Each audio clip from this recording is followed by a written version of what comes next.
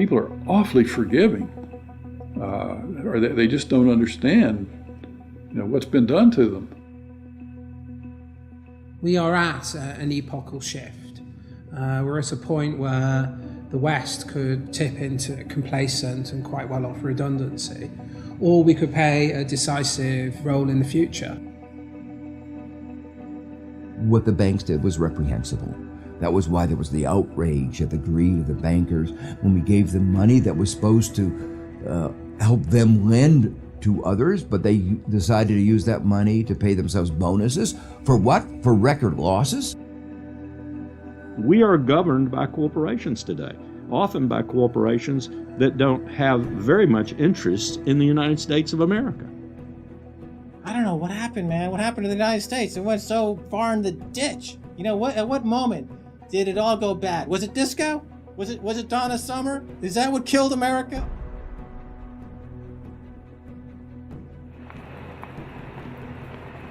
We are entering the age of consequence. A rapacious financial system, escalating organized violence, abject poverty for billions, and the looming environmental fallout are all converging at a time when governments, religion, and mainstream economists have stalled. War, conquest, famine, and death. The four horsemen are coming.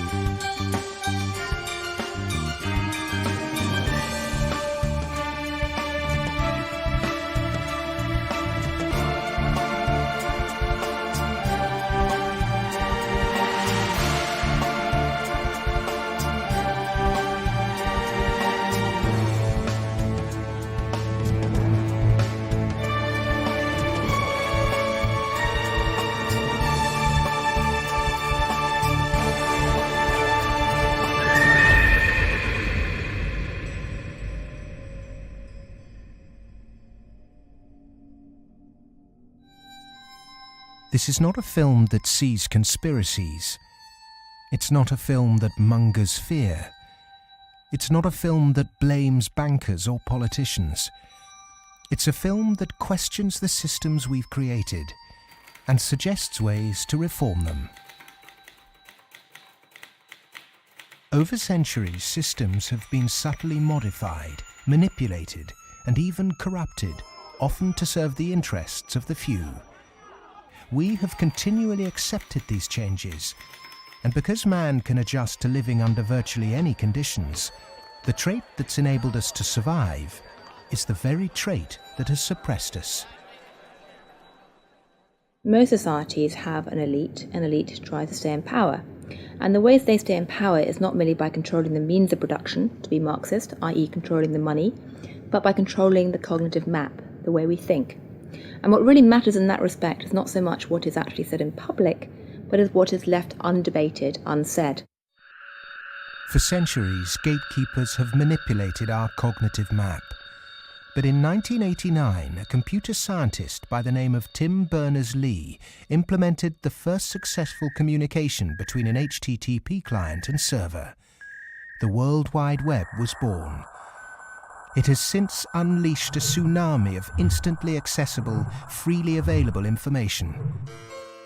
Just as Gutenberg's printing press wrestled control of the cognitive map away from an ecclesiastical and royal elite, today the internet is beginning to change governments, finance, and the media. We are at the cusp of change. But to enact it, we must first understand the things that have been left unsaid for so long. To do that, we need context from people who speak the truth in the face of collective delusion. Because to understand something, is to be liberated from it.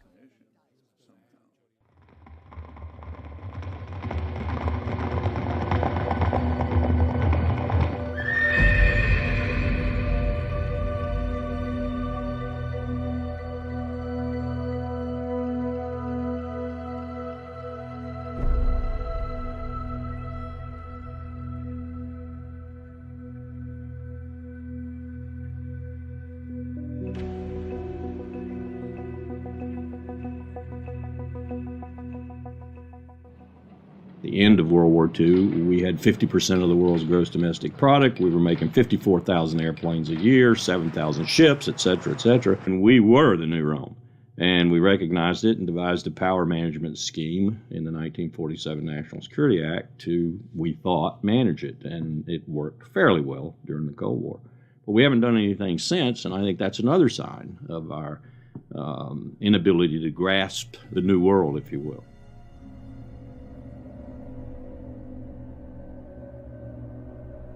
Empires do not begin or end on a certain date, but they do end, and the West has not yet come to terms with its fading supremacy. At the end of every empire, under the guise of renewal, tribes, armies, and organizations appear and devour the heritage of the former superpower, often from within.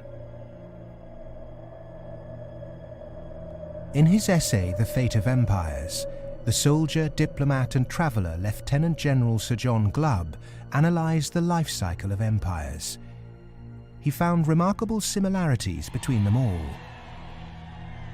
An empire lasts about 250 years, or 10 generations, from the early pioneers to the final conspicuous consumers who become a burden on the state. 6 ages defined the lifespan of an empire.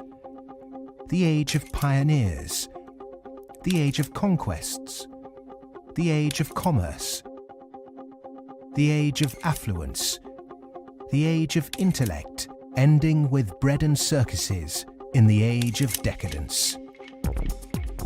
There are common features to every age of decadence.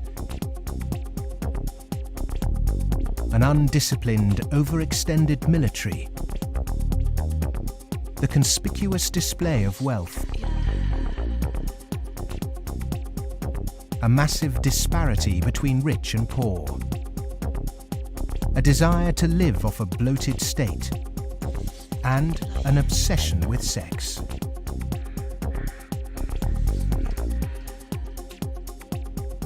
But perhaps the most notorious trait of all is the debasement of the currency. The United States and Great Britain both began on a gold or silver standard, long since abandoned. Rome was no different. So it started on a principle that was very sound, and it was on a silver standard. But as it corrupted further and further and further, the Roman denarius got to the point where it was basically a copper coin, and they learned how to plate, and it was washed in silver, and in circulation the plating came off. And at the end, all the senators that really did at one time represent the people only were interested in representing how much wealth they could steal at the top. Great empire wealth always dazzles, but beneath the surface, the unbridled desire for money, power, and material possessions means that duty and public service are replaced by leaders and citizens who scramble for the spoils. Historically, all the signs of the demise of empire are beginning to develop. Some are more trenchant than others. This current financial and economic crisis, that sort of thing always accompanies the demise of empire. The people of Rome were constantly being distracted by the gladiatorial events, and the politicians knew that they did this. Whenever there was unrest among the people, they had a huge event going on, and they created a new event with lots and lots of gladiators, and every day we're doing that. That is a common trait of declining empires. And so today in the United States, for example, you find a tremendous emphasis on all kinds of television programs that distract people from what's really going on. Sports is a big part of that, as it was in the gladiator times. In essence, we've been lulled into a lethargy, and we've accepted it. Just as our sports stars today earn vast sums, so did Roman charioteers. In the 2nd century, one by the name of Gaius Apuleius Diocles amassed a fortune of 35 million sesterces in prize money, equivalent to several $1 billion today. Strangely, perhaps, there's another profession that is disproportionately hallowed as an empire declines. The Romans, the Ottomans, and the Spanish all made celebrities of their chefs. And this again is typifying the end of an empire, where things were so great, we have this last oomph of momentum that we used to be great, and we felt great, and we don't feel it anymore. So everyone is out searching for it. Well, maybe it's in the best food, or the best clothes, or the best music, or the best movies, or a reality TV show, or another magazine. But you can never get enough of what you don't need. What you need is a strong moral conviction that is pervasive throughout the society, and integrity reigns. There's a vast apathy. There's a vast amoralism, even a political nature to it. That is to say, there are vast numbers of people who don't give a damn. And so there's this natural, I suppose, entropy, any living organism, which an empire is, of course, over time dies. Question is, how does it die? Does it die in a violent cascade of events, or does it die over a long period of time? The baby boomer generation were born into this age of decadence. Perhaps unwittingly, they've broken the unspoken intergenerational contract. Through unfettered consumerism, spiraling house prices, and a desire for eternal youth, the baby boomers have squandered future generations' inheritance. My generation, the generation right after my generation, I think we forgot that little phrase in the preamble to our Constitution, which says, and our posterity. All of a sudden it became us, period. The baby boom generation, which I'm a part of, has gone and done the biggest misallocation of capital in the history of mankind. We have had cheap oil, or cheap energy is a better way to phrase it. We've had an abundance of ideas, and we have chosen a system and perpetuated it that is probably one of the worst ways to use the blessings that were bestowed upon us. And we are going to pay a price for that. Human beings are inconsistent and paradoxical. We hope for peace and immortality, but continually invent new ways to destroy each other. We're capable of the kindest, most noble acts and the most horrific atrocities. Human beings are complex creatures. I mean, for example, we're capable right now, at this minute, of acting in such a way as to make it likely, if not certain, that our grandchildren are going to face terrible disasters. And we're consciously acting to accelerate that likelihood, even though we all love our grandchildren. How can you be more contradictory than that? In spite of all the economic activities of last 50, 60, 70 years since the Second World War, and all the industrialization, we have not yet managed to solve the problem of poverty, deprivation, hunger, malnutrition. Millions of people every night go to bed without food. And millions of people are throwing away their food. Waste on the one hand, and poverty and deprivation and hunger on the other hand. Malnutrition on the one hand, and obesity on the other hand. What kind of system have we created? Why, with such brilliant knowledge on the planet, are we still struggling to distribute wealth fairly? How has the human race developed a flawed system of government and economics that serves the few at the expense of the many? And with such poverty in an age of plenty, why have we not had the will to change such a vicious social structure? Greed is the fundamental kind of ingredients for the immoral economy. The problem is not that there's not enough in the world.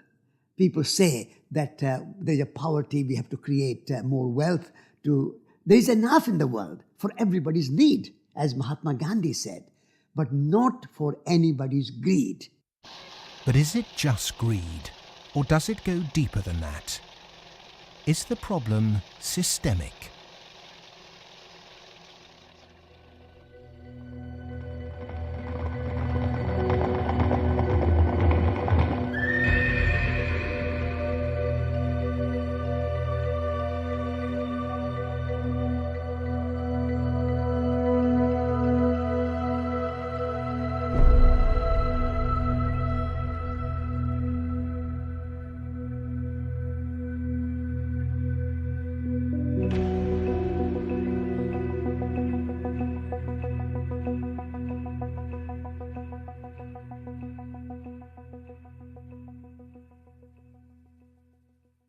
As a civilization, we've obviously had a great run. We've done very well. We had the Industrial Revolution. We survived that. We've built a lot of modern military technology. We've survived that so far. We built a banking system, and we're still struggling with that part of it. But we've had a good run. It's kind of like when I was working on Wall Street for 7 years. I had the experience some people would have. Let's say working at a meat processing plant, they become vegetarian. You work on Wall Street and you see how these banks like Goldman, J.P. Morgan, these other banks make money. When you see money, it kind of makes you sick. Well, I think if the people knew what the banking system is up to, as Henry Ford said, there would be a revolution tomorrow morning. The fact is, most people think that what a bank does is lend you money that someone else has put in the bank previously. But what a bank actually does, what a commercial bank does, is to create money from nothing and then lend it to you at interest. If I do that, if I manufacture money in my own home, it's called counterfeiting. If an accountant creates money out of nothing in the company accounts, it's called cooking the books. But if a bank does it, it's perfectly legal. And so long as you allow fraud to be legalized, then all kinds of problems are going to pop up in the economic system, which you can't do anything about. Private banks create money out of nothing and lend it at interest. Now, that sounds absurd. When I teach sophomores, about money and banking and how banks, they never believe it. And so you have to go through it again and again. Yes, banks really do create money. They really do. Here's how it happens. And it's absurd, and they're right to doubt that could possibly be what's really going on. But it is. Now, if the banking lobby is very strong, they're going to say, well, we don't want to change this system. We're making so much money out of it. What we have to do is, A, try and convince the people that it's their fault, that their wage claims are too high, and that's why we're having lots of inflation, or people are speculating on housing, and that's why house prices are going up. What they're not going to say is that this is happening because banks are creating money out of nothing and pumping it into the system, and that's why prices are going up. But how is it that we've ended up with a system in which banks have the power to create money? Since 1971, when President Nixon took the United States off what was left of the gold standard, the world has operated under a system of money known as fiat. The dollar, the pound, the euro are all government fiat currencies. Fiat is a Latin word meaning let it be so. It is the law that this government currency be money. Indeed, without that legal enforcement and the fact that we must pay taxes with this money, that dollar bill or that computer digit that represents a dollar would be pretty much meaningless.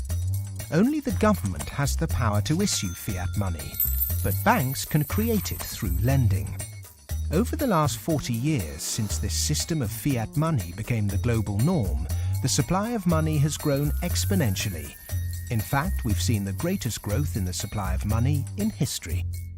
But who benefits? Of course, those that have the power to issue money, governments and banks. Then, those companies and individuals that get this money early. They can spend it before the prices of the things they want to buy have risen to reflect the new money in circulation. In other words, they get services, products or assets cheap. But prices soon rise, So holders of assets such as houses or shares will then see gains without there necessarily being any improvements to the company or house in question. Often this can lead to speculative bubbles. But what about those at the bottom of the pyramid? Those on fixed wages or incomes, those who live in remote areas, or those with savings? By the time this newly created money has filtered down to them, the prices of the things they want to buy have increased. Their savings buy them less, however, and their wages remain largely unchanged. In some cases, they have to take on debt just to be able to afford the things they were previously able to buy, which means they have to go back to the banks.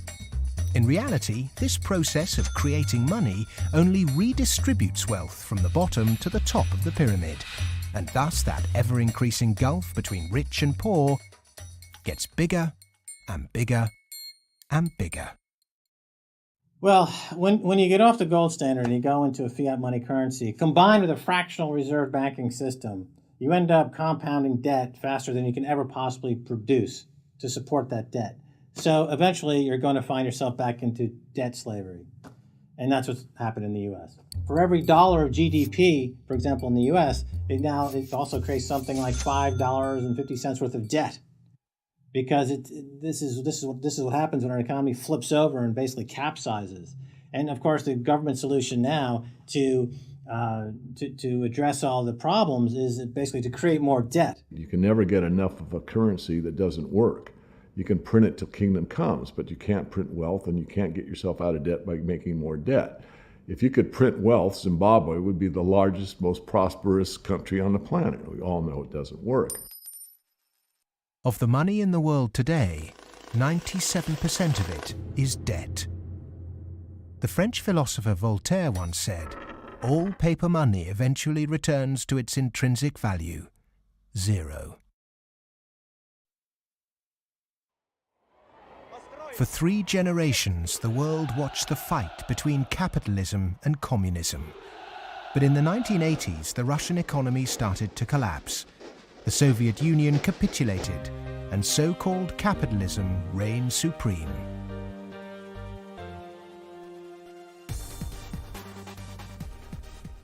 Before 1989, we had a battle between communism and the market.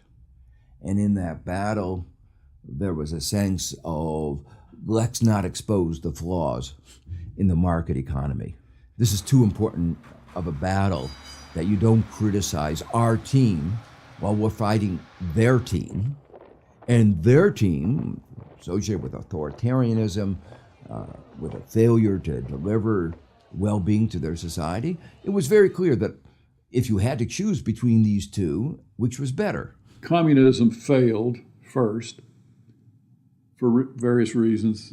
I think it was inefficient, human rights, lack of respect, so forth. So capitalist West has been continuing in a triumphalist mode, thinking, our adversary has failed. That means we're doing everything right. Both systems are trying to do something which is fundamentally impossible, grow forever. And they're both going to fail. One failed first. Capitalism's going to fail later, or it's failing now. America right now is in a very interesting position because in the past 200-300 years of its history, it's a culture and country which has almost always existed on the assumption that resources could be expanded.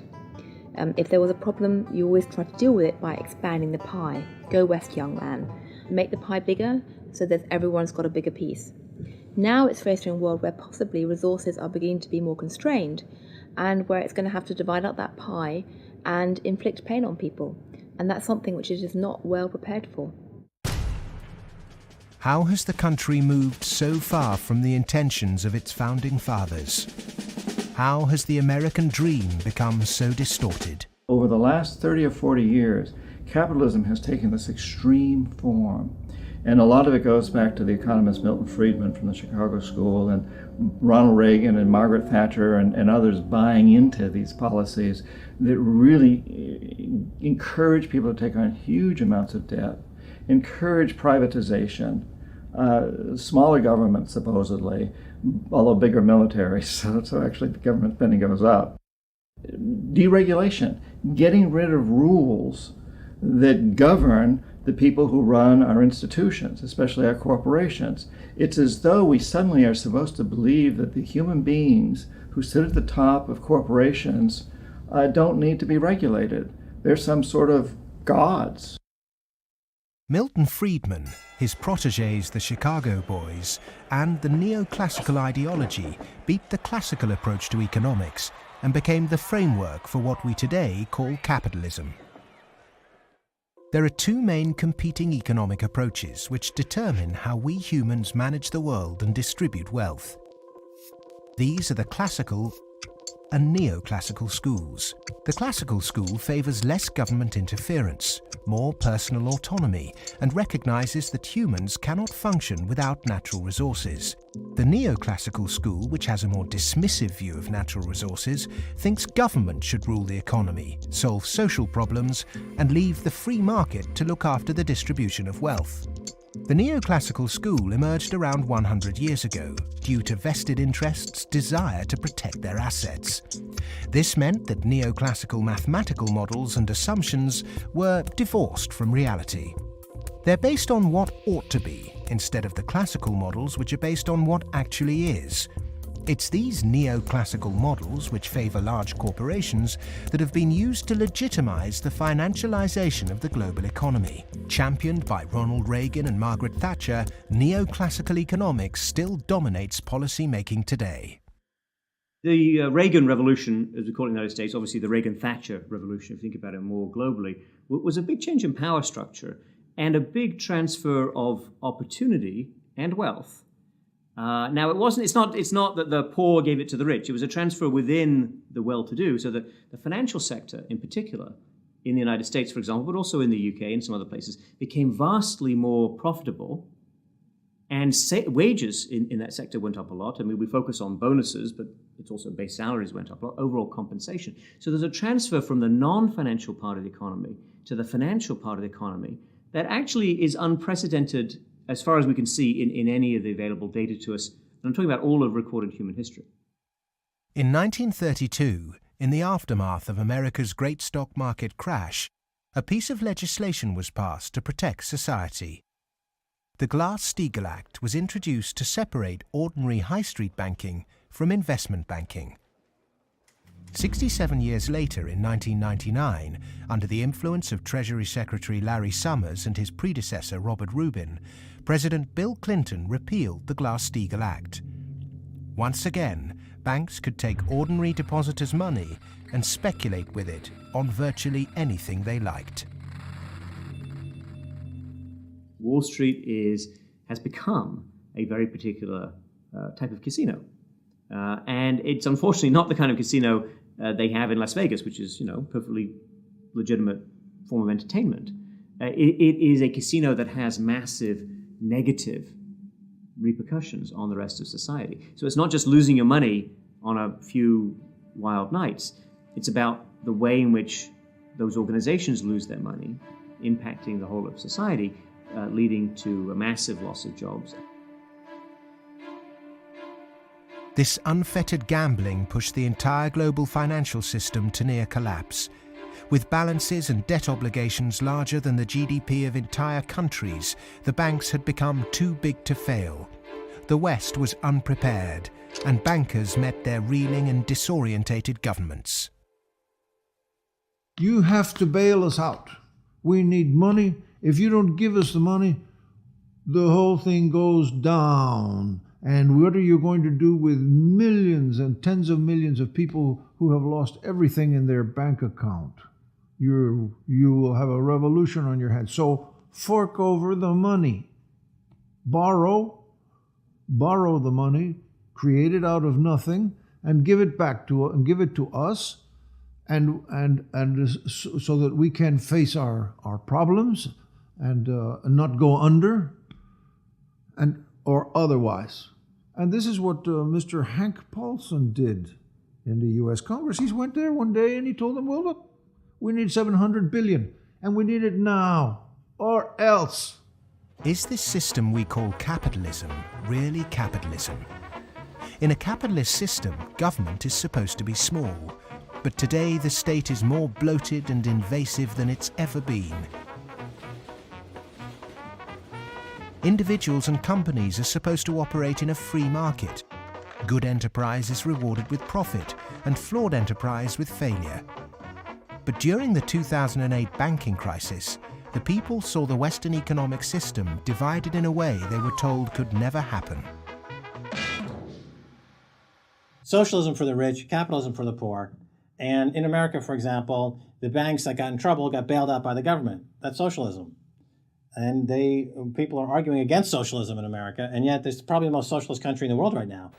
We have a system which isn't even a proper capitalist system. Rich people make mistakes, they don't get punished. Poor people make mistakes, they get punished. Yeah? Or even worse, they don't make any mistake and they are forced to pay for the mistakes of the rich. When the taxpayer is footing the bill for the misplaced speculation of bankers, then suddenly, instead of the economy serving the human being is now in perpetual service to amoral financial organizations.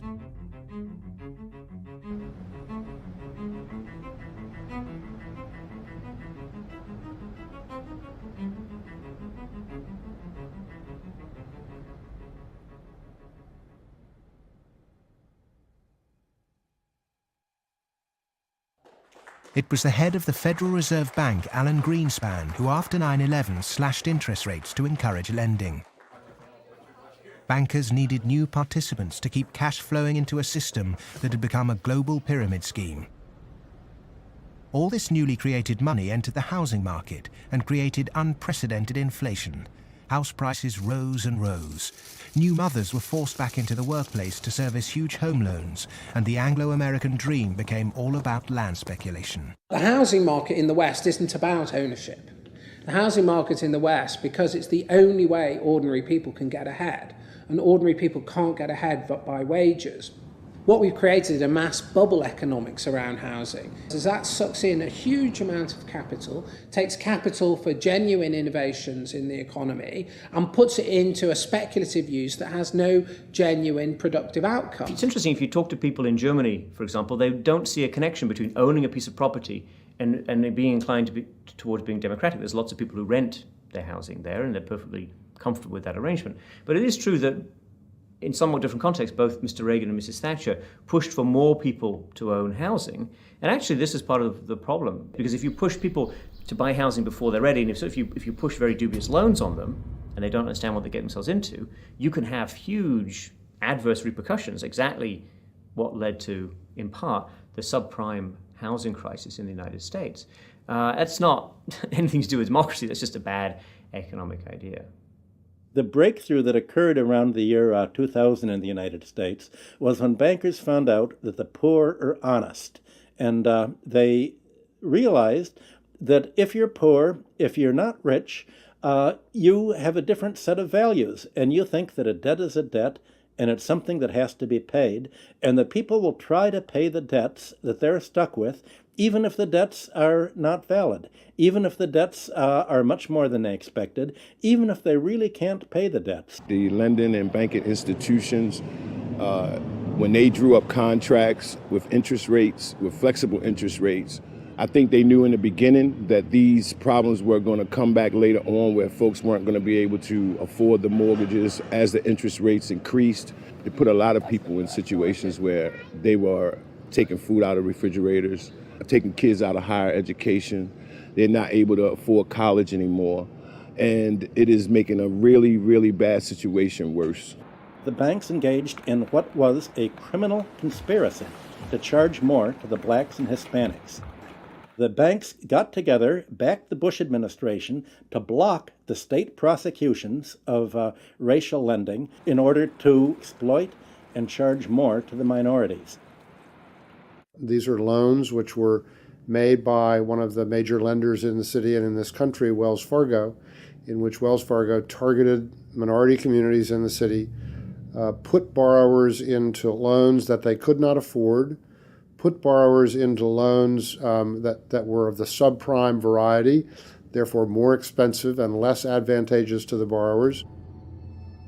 Hiding predatory lending practices in the small print of complex financial products was only ever going to enrich one set of interests. Many of the communities in which African Americans live in the city were establishing momentum. There was development activity that was occurring. We were seeing signs of vitality in many of these communities, and the results of the Wells Fargo foreclosures and the subprime lending practices of that lender and others has significantly impaired that progress and brought it to a halt. They're not worrying about, they don't come in the heart of it.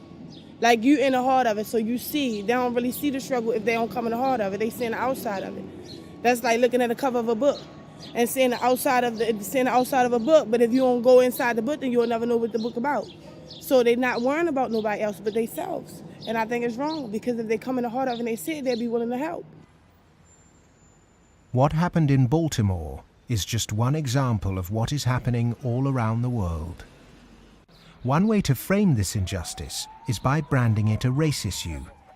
But when we look really closely, we can see that there is something at play here that transcends race: profit. Not an accident, for instance, that we had the deregulation in our financial industry that was such a disaster. The lobbyists of the finance industry amount to 5 per congressperson. In other words, they pay 5 people for every congressman to explain to them, persuade them, that they should pass legislation that is favorable to the financial industry. The poor people who are devastated don't have the money. They couldn't hire 5 per congressman. So the way our democracy works, it's an unlevel playing field. The financial sector has acquired enormous power, partly through political contributions, so buying favors, but mostly through ideological control, convincing people that finance is good, more finance is better, and unregulated finance without limit is best. And that is really the cornerstone of this, what we call in the United States, the Wall Street-Washington corridor. I mean, if people need any proof as to who's controlling Washington, when the bailout came after Lehman Brothers collapsed, 80% of the population was against the bailout. Notwithstanding that, Congress passed the bailout, just showing, in my view anyway, that it's really under the control of banking interests. It's not a reflection of good democracy when a company, a group of companies, an industry, says our interests are more important than the national interest. How can that happen? Very easy. That's the role of campaign contributions, lobbying, in America's political structure. We have a flawed democracy. This is an advanced oligarchy in the sense that its main mechanism of control, if you like, is through convincing people that you really need, for example, the 6 biggest banks in the United States in the particular form they exist today, with the very light level of regulation. And if you don't have them, if you try to change that, all kinds of awful things will happen. And this is not really blackmail. I mean, it sounds like blackmail, but they convince you it's not blackmail, it's just that's the way the world is. There's nothing you can do about it. Oh my goodness, you just have to cooperate with them. It's very clever. The Fed is essentially the lobbyist for the commercial banking system. When you say you want to turn regulation over to the Fed, you're saying the financial sector and Wall Street should be self-regulated. And the Wall Street has veto power over whoever's going to be the head of the Federal Reserve. As long as you give veto power over the regulators to Wall Street, as long as you pick the bank regulators from the banking industry itself, you can forget any thought of calling it regulation. It's deregulation, and to call it regulation instead of deregulation is using Orwellian doublethink. Democracy is government by the people. Plutocracy is government by the rich. In a typical plutocratic state, economic inequality is high, social mobility low, and because of continuous exploitation of the masses, workers find it nearly impossible to climb out of poverty.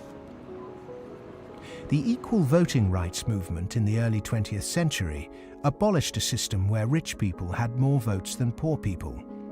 But today, lobbying has put pay to that and reduced the American political system to a mere clearinghouse for the concerns of the rich.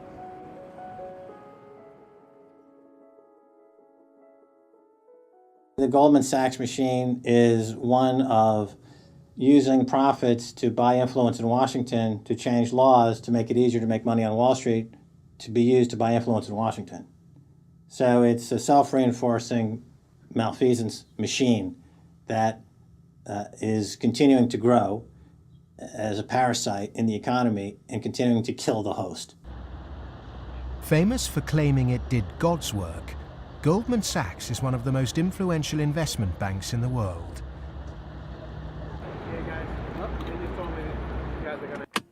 Its alumni often occupy positions of great influence in governments and central banks. In September 2008, barely a month before the stock market crash, Goldman, supposedly a pillar of the free market, changed its banking status from investment to commercial. This meant it was now eligible for state protection. Socialism for the rich, right there. Goldman Sachs are extremely efficient at what they do. Their task is to make money. They make bank robbers like Willie Sutton look like modest amateurs. They're huge bank robbers, but it's legal. The system is set up so that they can do it. In the recent years, they've been selling securities put together from mortgages that they knew were worthless. So they're selling these things to unwitting consumers, making a ton of money on it.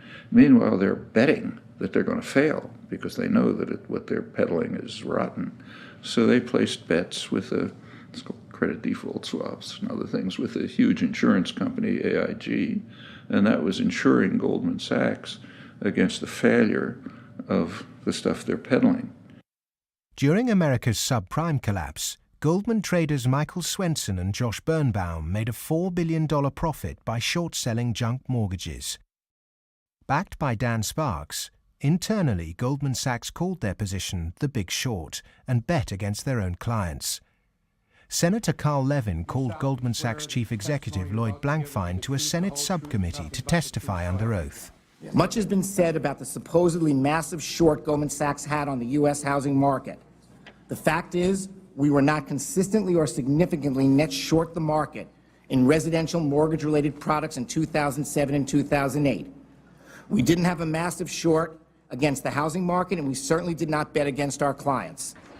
Riding the Big Short in 2007 made billions of dollars for Goldman.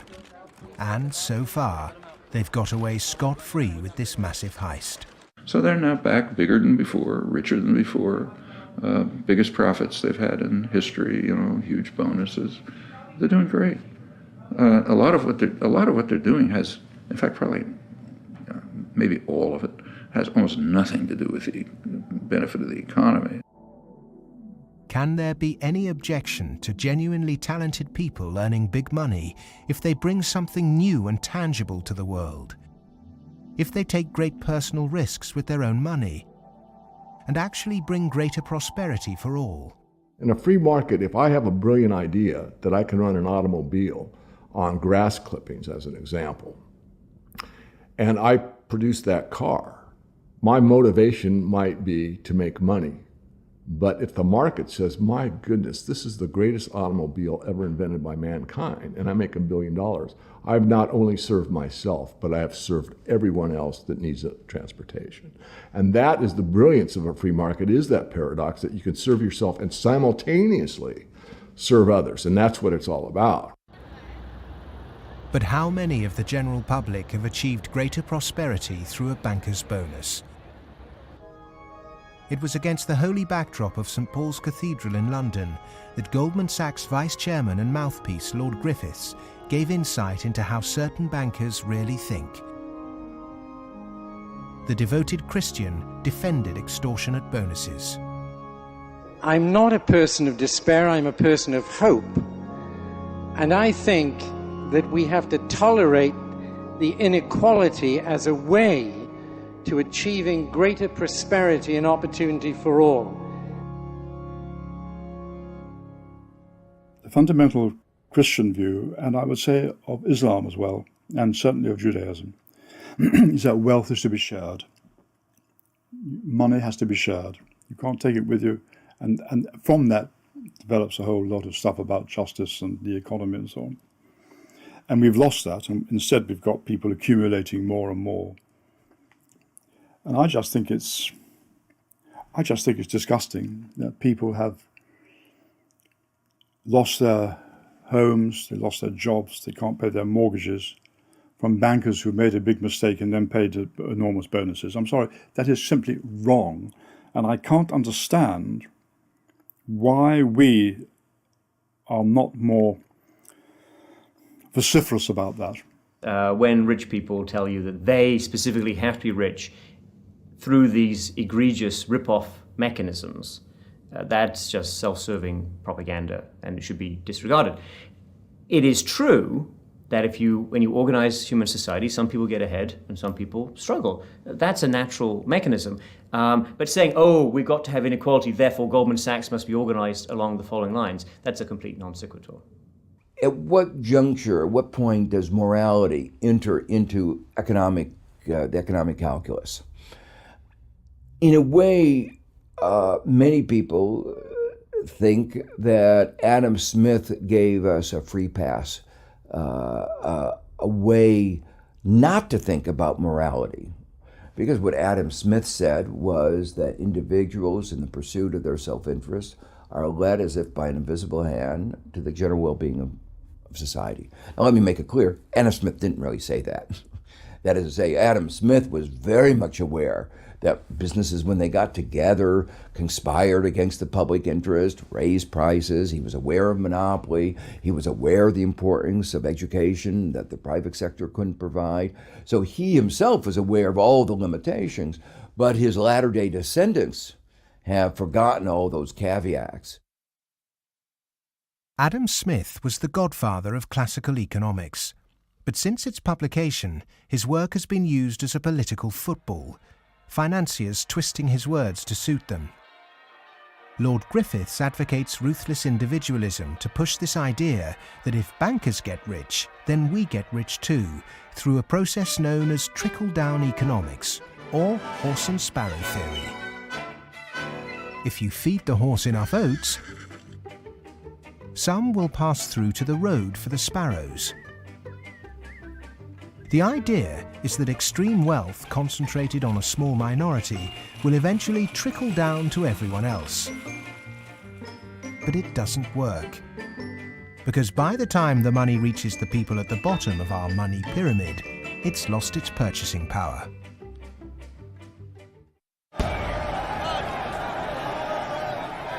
But the public are now confused as to why our political leaders have allowed this to happen, and quite naturally now ask why. Because our political processes are badly flawed. They're badly flawed because of the dependence on lobbyists, on campaign contributions. So that's why, my view and a view I think of a lot of people is that we have to restructure our political processes to give more voice to the ordinary citizen and less voice to the interest group, to the moneyed groups, to those who have taken such a large role in shaping our tax code, our regulatory regulations, and so forth.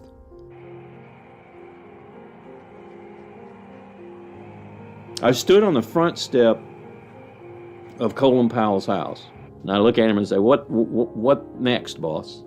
And he said, "What do you mean?" And I said, "What next? Where are you going next?" "I'm going to write my book." I said, "No, I know you're going to write your book, but you're not going to do that for the rest of your life. Where are you going next?" He said, "Maybe a cabinet position, but first, money." I said, "Money?" He said, "Yeah, millions. That's the only way you can be a cabinet officer in the American government." Oh, wow. The Democrats and the Republicans are beholden to corporate interests. And until they become unbeholden to those corporate interests, we will never have a well-governed republic.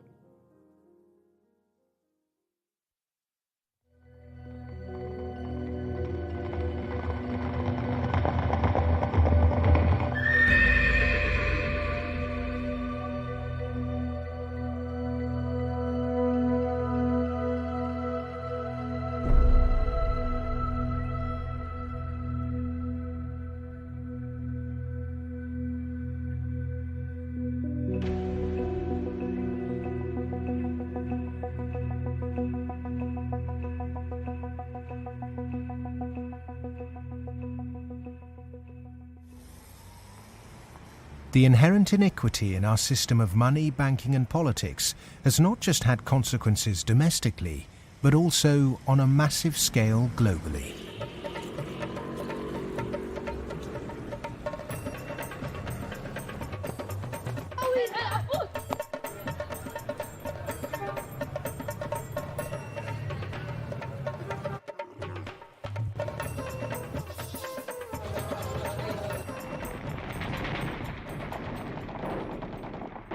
Western leaders have presented their military campaign in Iraq, Afghanistan and Pakistan as a moral obligation. But are there other reasons for it? The first financial beneficiary of America's foreign policy is the military. In particular, those who supply it with arms and equipment. The military has won wars, but how successful has it been in its bigger aim to eradicate terrorism? The drone attacks not only failed, but they've created extra extremism. They've helped in radicalization of youth in the northwest frontier and also in certain parts of Punjab and Pakistan. And because time after time, and sometimes, there's a feeling that America does this deliberately to destabilize Pakistan. I'm not so sure about that, but I certainly think those people who actually support this policy, every time you kill 10, the so-called terrorists, you create 500 more because they see the drone attacks as an attack on a sovereign state of Pakistan. If they really wanted to flush them out, there was no need for a huge military operation in Swat, causing the entire district to become internally displaced persons. The population of Swat is 1.8 million. There are 2.3 million refugees in the country. The whole district has been emptied. This wouldn't have been necessary if they had carried out a surgical commando operation to get the militant leaders. But they allowed them to escape, all of them. After the military, the next financial beneficiary are those who win the contracts to conduct the rebuilding process. In the West, people might even feel optimistic when they hear that the US is pumping tens of billions of newly created dollars into developing nations to build infrastructure. But often this too doesn't seem to achieve the publicized goals. Is there another reason we give these countries aid? We economic hitmen have created the world's first truly global empire, and we've done it primarily without the military. We work many different ways, but perhaps the most common is that we'll take a third world country that has resources our corporations covet, like oil, and then arrange a huge loan to that country from the World Bank or one of its sister organizations. However, the money never actually goes to the country. Instead, it goes to our own corporations to build infrastructure projects in that country, power plants, highways, industrial parks, things that benefit a few wealthy families in that country as well as our corporations, but don't help the majority of the people at all. They're too poor to buy electricity or drive cars on the highways. They don't have the skills to get jobs in industrial parks, but they're left holding a huge debt. Infrastructure which has used heavy loans from the World Bank and IMF and made from grants from Western countries, they've all gone into benefiting the elite and the feudal classes. They have not benefited the people.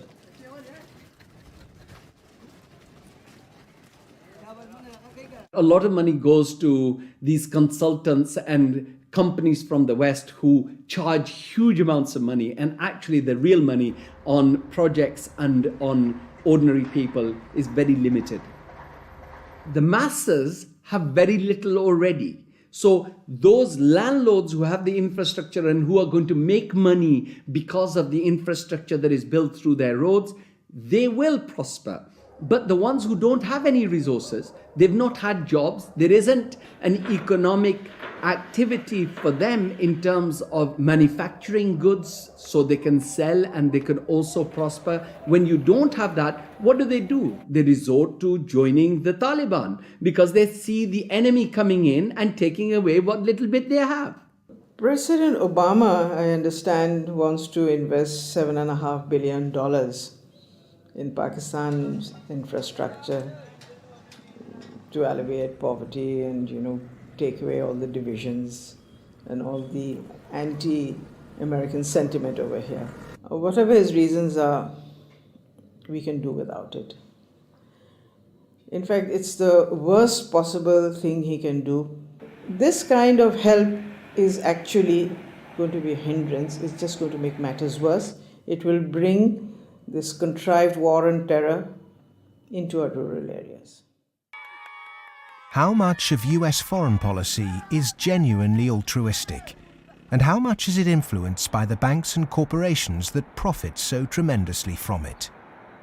America's evangelism of democracy is riddled with contradictions, not least of which this idea of promoting democracy at the point of a gun, or opposing regimes which are democratic but not in the way that America wants. So too, this idea that America has been promoting free market capitalism has also been riddled with contradictions, because the reality is that American firms tend to make most money when countries are at the cusp of change, certainly American financial firms, and in a sense they want markets that are changing structurally, but not too free and too transparent, because they make money when markets are a bit opaque. Is it any wonder developed nations are fighting in underdeveloped countries when so many are making so much money out of it, without ever really having to face up to or even witness the consequences of their actions? So what if 5 million kids died in Africa because of debt last year? I got a bonus of £1 million, and if I have that conversation, I've had it with some bankers who've been in the business a long time, and they listen politely, they're very polite, very charming, and at the end they say, well, Tariq, it's lovely meeting you again, and they go back to the office and do another loan deal for Tanzania or something. I've known a lot of terrorists, quote unquote. I've met them, I've interviewed them for books, I've known them since I was an economic hip, and I've never met one who wanted to be a terrorist. They all want to be with their families back on the farm. They're driven to terrorism because they've lost the farm. It's been inundated with water from a hydroelectric project or with oil from oil derricks. Their farm's been destroyed. They can't make a living for their kids. Or in the case of the Somali pirates, their fishing waters have been destroyed.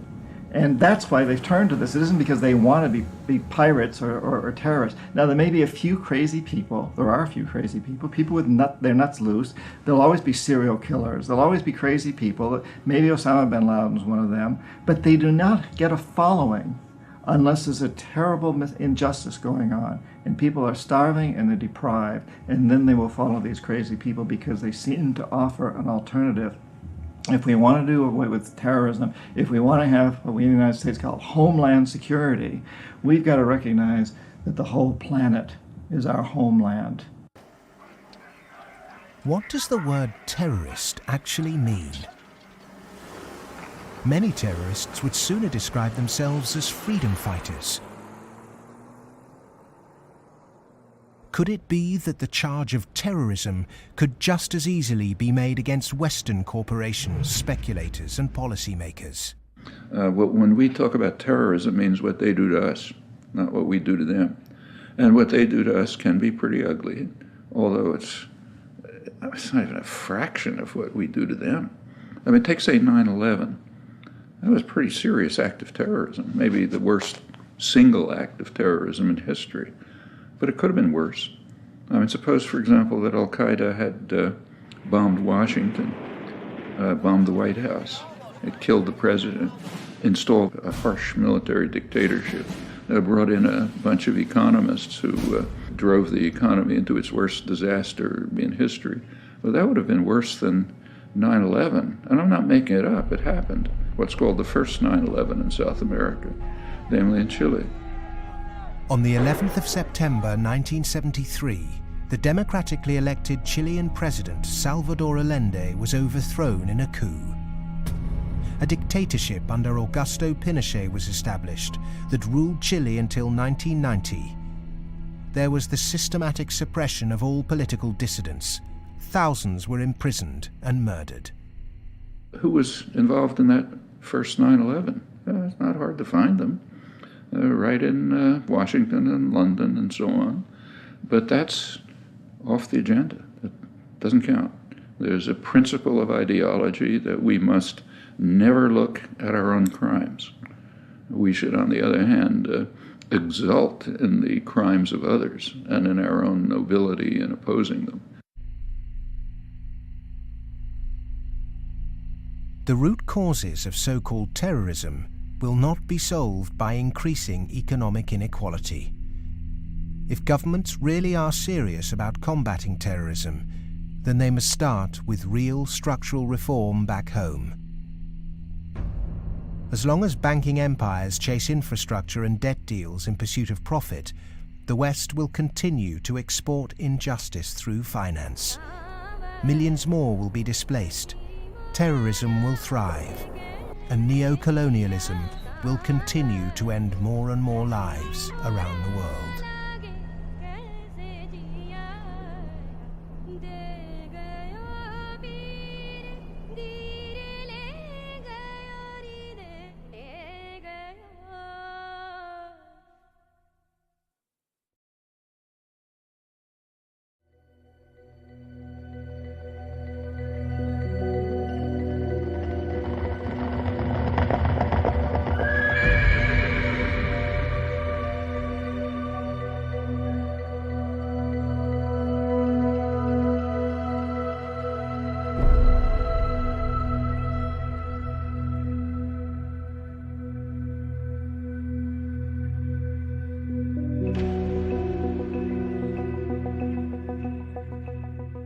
What's happened is that we have moved from a relatively empty world to a relatively full world. That is, empty of us and all of our stuff to now full of us and all of our stuff. In my lifetime, the world population has tripled. And the populations of other things, of cars, houses, boats, all these other things that put a load on the environment too, just like human bodies, those have vastly more than tripled. So the world is very, very full of what we might call man-made capital. And it's becoming more and more empty of what used to be there, what we might call natural capital. We are the first generation, we in the rich developed world are the first generation to have got to the end of the real benefits of economic growth. For hundreds of years, the best way of raising the real quality of human life has been to raise material living standards. And that's what's driven the huge rises in life expectancy and increases in happiness and other measures of well-being.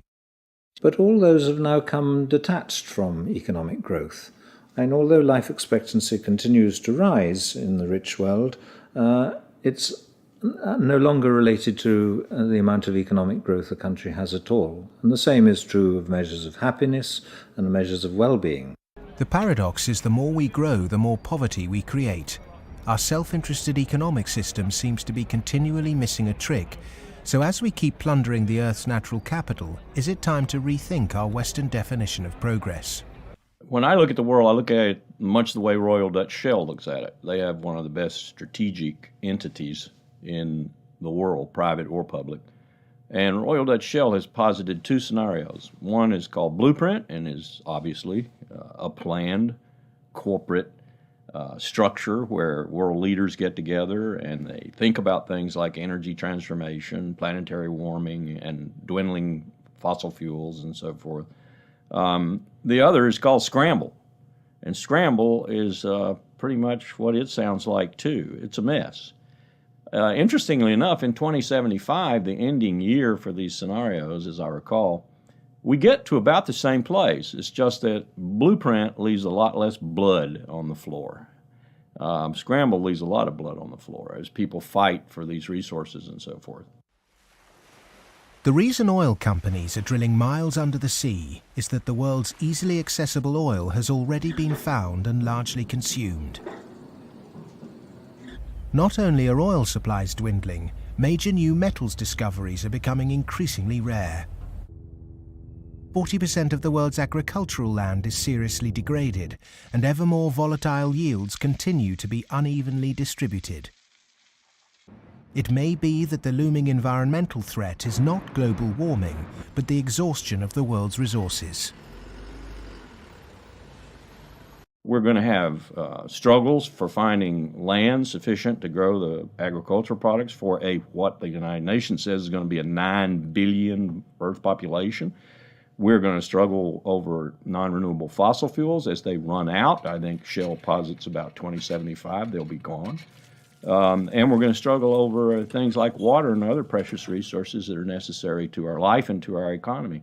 And this could be, as Shell says, a blueprint affair with world leaders working together to share and share alike. Or it could be a real mess, and Shell, incidentally, bets on the mess. Just like the baby boomers' failure to look to the next generation, our outdated competitive mentality for a world of depleted resources could have devastating consequences. Our economic setup encourages one-upmanship, competition and comparison, whereas the progress humans have made over millennia has been largely based on cooperation. In any species, in almost any animal, there is always the potential for huge conflict, because with any species, all members of that species have the same needs. So they might fight each other for food and shelter and nest sites and territory and sexual partners, all that kind of thing. But human beings have always had the other possibility. We have the possibility to be the best source of support and love and assistance and cooperation, much more so than any other animal. And so other people can be the best or the worst. You can be my worst rival or my best source of support. In a progressive society, to meet our common economic, social and cultural needs, we must move from globalization to localization. The benefits of a communal sense of fellowship, responsibility and purpose in a life driven by production, not consumption, would lead to happiness and satisfaction. Indeed, we must ask, have our modern consumerist lifestyles made us happy? I think if one had been living in the 19th century and somebody had told you that 100 years later people were going to be living in this extraordinary wealth and comfort, with central heating and being able to throw away such a high proportion of our food as we do, we'd imagine that we'd be living in a state of extraordinary social harmony and everything would be rosy. And it's really quite remarkable, the contrast between, if you like, the material success of our societies and the social failure. The growth economy demands that we make consumption a way of life. He who dies with the most toys became the ambition, and retail replaced spiritual satisfaction. Unsurprisingly, sales of antidepressants skyrocketed. The fact is that the world economy over the last few years, a good share of my lifetime, has been built either on the military or on producing items that most people don't need and really don't even want when you come right down to it, but we all got to have them. Consumerism is driven by our extraordinarily social nature, that we want to have the stuff so we look good in other people's eyes. It's because I experience myself through other people's eyes, the feelings of shame and embarrassment or pride and maybe feeling envied, all those things. So, the goods are just a way of, if you like, mediating the relationship between yourself and others in this extraordinarily alienated hierarchy. What's really suffered is human relationships, family life, the things that really matter to us. And in the end, the only thing that makes human beings happy isn't money. It's very clear that past a certain level, you only get marginal gains from wealth. What really makes us happy is other people. It's our relationship with other people that's really been damaged by the last 30 years. We trust them less, we have less interaction with them, we bond less than ever before, we marry less and marriage is under more threat than ever before. And all the associations that represent sort of permanent, unconditioned human affection are being eroded or damaged. And that's the real legacy of the last 30 years. And in some sense, we've got to recover and rehumanize our lives. Otherwise, not only will they be nasty, brutish and short, but they'll be lonely. The West is coming to the realization that its human project is failing. The West was so convinced that if you push people to achieve as individuals, the accumulated achievement of individuals would make for a successful society. And what the West is now beginning to realize is that the individual achievement without incorporating the vulnerable community is a myth. The idea was make your own life, be individually aspiring, and then you'll be individually achieving, and then you'll be individually prosperous, and then you'll be individually happy. You end up doing that in a glass jar. And the glass jar has a limited height, and it's encapsulating, and in the end, you die of lack of oxygen. Human beings are alive because they seek attachment and because they're propelled by affection. So the isolated, achieving individual in the end implodes. In order to find a purpose in life, it has to be outside yourself. It matters not how you construct it outside yourself, as long as it's a positive value added to society pursued. But it has to be outside yourself. It can't be yourself. If you're pursuing yourself, you're pursuing the abyss, as Nietzsche said. You are going to wind up in the abyss.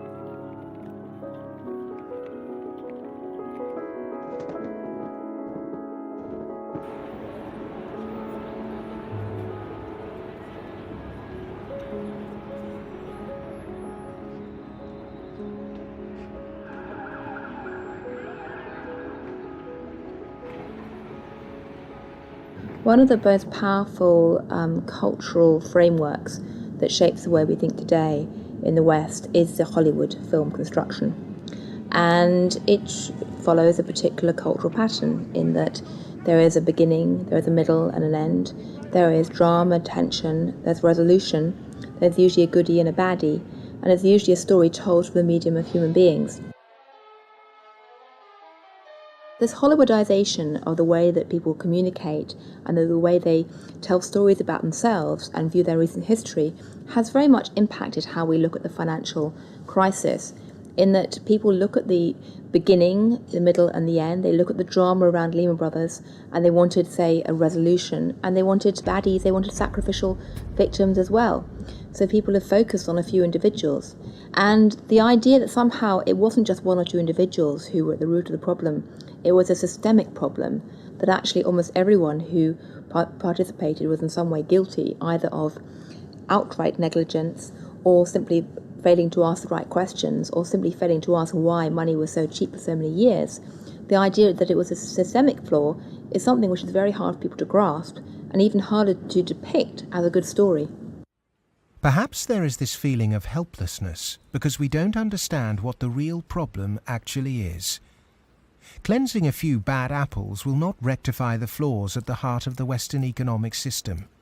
A system that should be protecting people is in fact the very thing that's enabling our four horsemen to ride with such vengeance. The modern-day four horsemen: a rapacious financial system, escalating organised violence, abject poverty for billions, and the exhaustion of the Earth's resources, are riding roughshod over those who can least afford it. They gallop unchallenged because the cognitive map that's been put in place by our schools, universities, and our media does not encourage us to question accepted norms. Instead, there is apathy. In a sense, I think we're rather depressed societies. We've got used to the idea that there's nothing that can be done. There is no alternative, that, we're never going to deal with these environmental problems and we live in a dog-eat-dog society and that's it. I think what we have to take away from this is a recognition that most of these problems can be very substantially improved by making our societies more equal, reducing the income differences, and that also helps us to solve the environmental problems. We can reach a society that is qualitatively better for all of us.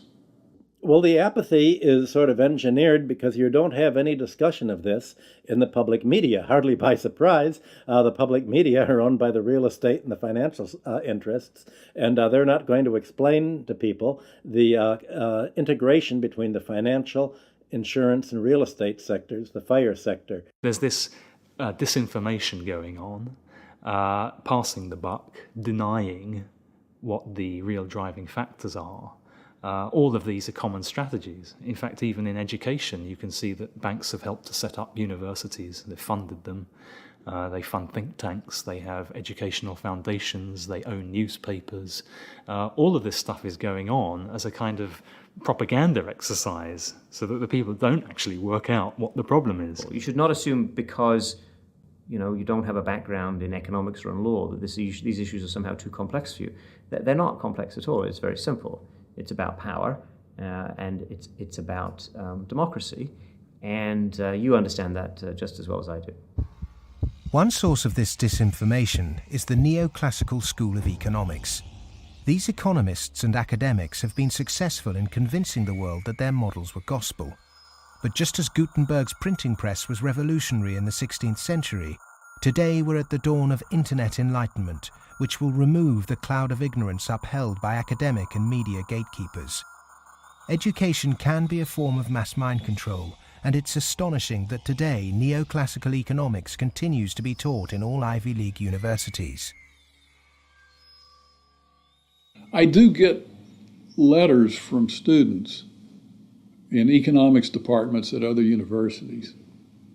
They're into some graduate program or something, and they say, I just read such and such that you wrote, and this is the kind of thing that interests me. I'm stuck in this program here in which, I can't even talk about any of that. What's your advice? What should I do? What they're teaching you is what you're going to have to oppose. A lot of it. I mean, some of it's useful. But so some of it's useful, go ahead and learn it. And the other reason for learning the rest of it is know your enemy. An individual might not be able to change the system, but they can change themselves. If we're not offered proper education, we must begin our own. And a good place to start is to become reacquainted with the classical economists, and with something that so few question, but that affects us all, our system of money. If the monetary system of the world is not reformed, then we are headed towards the end of industrial civilization. I won't say that we're going to the end of humanity, but it's just going to be an absolute collapse of our world as we have known it, because it cannot function on fiat money.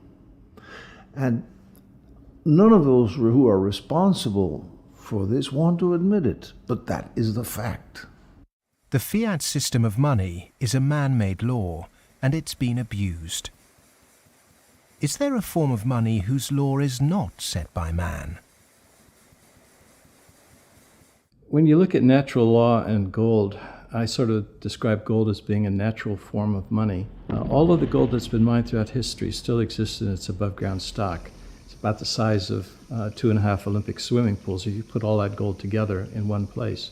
The key is that this above-ground stock of gold grows by about 1 3/4% per annum, which is approximately equal to new world population growth, and is approximately equal to new wealth creation. So as the net result of this is that you have this very good consistency in gold's purchasing power over long periods of time, because the supply-demand equation is very much in balance. To achieve human liberty, you really need to have sound money, and gold is the only way to do that, because only gold is outside of the control of politicians. With modern man-made monetary processes, a chronic excess of debt has built up at every level of society. Debt is now regarded as normal. It isn't. It's a form of slavery. But how much do we question our debt? And what should we now do about it? The classic example, most recently, of a debt cancellation was the German economic miracle in 1947. The Allies canceled all domestic and international German debts, except for the debts that employers owed their employees for the previous few weeks, and except for a basic working balance that everybody was able to keep in the bank in order to buy food for the next few weeks or so. Essentially, you would follow the 5 or 6 pages that the currency reform of 1947 did in Germany. You would start with a clean slate. That means that everybody would own their property free and clear. And the problem here is that you'd wipe off the savings that are the counterparts of that. That actually would not be such a bad thing if you look at the fact that the wealthiest 1% of Americans have concentrated an enormous amount of wealth in their own hands, more than at any earlier time since statistics have been kept. Our system of taxation also needs addressing. Currently, we're taxed on what we produce. Perhaps it would be more progressive to tax what we consume. How many American people realize that the Founding Fathers never intended Americans to be taxed on their labor? In other words, they weren't meant to pay income tax. The tax system that was exported from Britain, a relic of colonialism, has duped the world. The most important element of a tax system is to do what everybody expected to be done in the 19th century, and that is to base the tax system on land taxation, on the free lunch of land value, and on what John Stuart Mill called the unearned increment, the income that landlords made in their sleep, as he put it. Who made oil in the ground, coal or iron ore? These are things which are not the products of human effort. Of course, extracting them is, but their existence is not. And so the rents from natural resources are a wonderful source of taxation. Nobody made them, and when you do tax them, you cause all of us to use them more efficiently. So this seems like really the excellent thing to tax, rather than labor and capital. If the governments used this land site value that's supplied by nature, not by human labor, not by personal enterprise, then the government would not have to tax wages in the form of income tax. It wouldn't have to imply sales tax that add to the price of doing business, and it wouldn't have to add the proliferation of business taxes. This tax system, advocated by all the classical economists, would begin to address global poverty, as it would allow citizens in developing countries to keep their resource wealth. In developed countries, it would begin to address our housing and debt crisis and unleash the kind of entrepreneurship needed to refloat our economies. Perhaps we should also resurrect another timeless principle for workers that was promoted during the Industrial Revolution. Well, the idea that people who work in a plant ought to own it is just deeply built into working class culture. So right around here at the early Industrial Revolution in the late 19th century, working people simply took for granted that, yes, of course, the workers should own the mills in which they work. Anything else is an attack on our fundamental rights as free citizens. They also took for granted that wage labor is hardly different from slavery. It's different only because it's temporary, and then you can be free. One of the ways you can be free is by owning your own plants. That was not an exotic view. That was Abraham Lincoln's view. In fact, it was a principle of the Republican Party in the late 19th century. It's taken a lot of effort to drive those ideas out of people's heads, but they're still there, and they are very relevant. It was the Greek philosopher Plato who said the ratio of earnings between highest and lowest paid employee in any organization should be no more than 6 to 1. In 1923, banker J.P. Morgan declared no more than 20 to 1 was optimum. Yet today's salary difference between top and bottom earners in global corporations can be higher than 500 or 1,000 to 1. When you're up in the range of 500 to 1 inequality, the rich and the poor become almost different species, no longer members of the same community. commonality of interest is lost. And so it's difficult to form community and to have good, friendly relationships across class differences that are that large. When the public do vent their outrage at inappropriate earnings, the common defence is to move the debate to the psychological realm and quote mercurial British economist Herbert Spencer. He coined the phrase survival of the fittest, and his words are now used to justify excess. Competition in business is a good thing, but the playing field must be level. Monopolists have too much because the system they game is rigged. Under the current economic setup, the fitness of the vast majority of the world's population is irrelevant. Those that are made to pay for this crisis are not those that caused it. But those who caused it, for survival, will no doubt try to marginalize this film as socialist or even Marxist. I'm a capitalist. I'm a business person. I believe in the basic principles. That's why I'm completely appalled by seeing these principles destroyed by monarchs, monopolists, who have totally destroyed the system from within on Wall Street. And this is completely unacceptable. I'm a capitalist. I think capitalism can do it. It's not a question of getting rid of capitalism. It's a question of getting rid of this terrible form of capitalism. Capitalism, more broadly understood as market economy, not only has a future, I can't see the future of the world without it. But the question is, what kind of capitalism? What kind of market economy? A system of reformed capitalism built on independent money, a tax system based on consumption, not income, and employee-owned businesses would begin to build an economy that's not dependent on constant growth to service its debt. We've endured the so-called free market for centuries, but far from being free, it's led us to destroy nature and each other in a vain attempt to progress.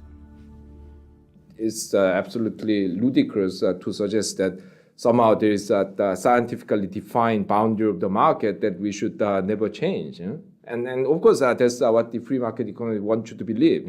Because once they convince you of that and claim that, on top of that, claim that they have the truth because they are PhDs in economics, then they can tell you whatever they want, and then you'll have to accept it. But that's where we have to take these guys on. Politics is about drawing the boundary of the market. When you think about it, a lot of things have been taken out of the market over the last 2-3 centuries. 2-3 centuries ago, you could buy and sell human beings, child labor, a lot of things that you wouldn't imagine you could buy and sell today. So, over time, we have redrawn this boundary, and there's nothing wrong with redrawing the boundary again. Things that were considered absolutely reasonable in the 1850s, like selling any chemical on a street corner and telling you that it's a pharmaceutical drug that will be good for you, things like that were absolutely commonplace then, are now serious criminal offences. Well, the same thing will be true of active money management in 100 years. The breakdown we saw in the Great Depression and witnessed again at the beginning of the 21st century occurred because in the name of growth, much was taken out of the system by those who contribute very little. Multinational corporates and banks will always want to grow without having to compensate those people who actually do the work to produce the surplus. In the past, every time too much was taken by those who contributed little, people rose up to halt the violent practices enacted by a tangible enemy. Today, the question is, with such a formless enemy pervading every element of our economic and democratic process, can it be done again? Of course it can be done again. Look, it's a cycle. We're not debt peons, but maybe rats running around a little wheel in somebody's big cage somewhere. The finance rises, finance becomes organized. You make a lot of money in banking. It's easy to go out and buy politicians. But the essence of democracy, the essence of American democracy, is this is a repeated confrontation, a repeated showdown. And in the 1830s, Andrew Jackson beat the second bank of the United States. In the early 1900s, Teddy Roosevelt beat J.P. Morgan and John D. Rockefeller. In the 1930s, Franklin Delano Roosevelt, FDR, beat everyone from Wall Street. And now we have to do it again. the one single thing that makes me optimistic rather than cynical, pessimistic, is my students. First, I do not see the desire to go to Wall Street amongst them. I see the opposite. Second, I see a disdain amongst them for people who are motivated. Not just they don't want money, I see a disdain amongst them for people who do just want money. The crises we face today are created by humans. And what is created by humans can be changed by humans. So we are all capable of transforming our world. Revolutions are philosophical. Getting organized and preventing the culprits camouflaging the real problem means it's possible to embark on a bloodless revolution against the violent organizations and barbaric leaders who've trashed the economy. Central banking, rigged capitalism, land speculation, income tax and neoclassical economics have corporatized democracy, stunted progress, perverted the course of human destiny and compromised the future of this planet. If these issues aren't addressed, then the next implosion will be on a scale unimagined. Whatever the propaganda, at the beginning of the 21st century, central banks' unregulated cheap money pumped up land values, which created an unsustainable asset bubble in a world that once again operates a rigged tax system that enriches entrenched privilege.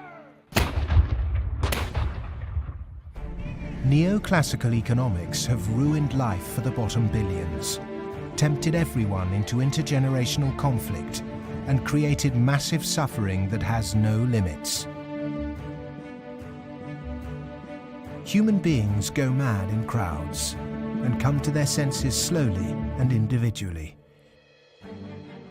History is littered with examples of people who threw themselves off the yoke of oppression to adopt radical change, only to end up with popular new rulers that maintain the status quo. To really understand something is to be liberated from it. Dedicating oneself to a great cause, taking responsibility, and gaining self-knowledge is the essence of being human. A predatory capitalist's truest enemy and humanity's greatest ally is the self-educated individual who has read, understood, delays their gratification, and walks around with their eyes wide open.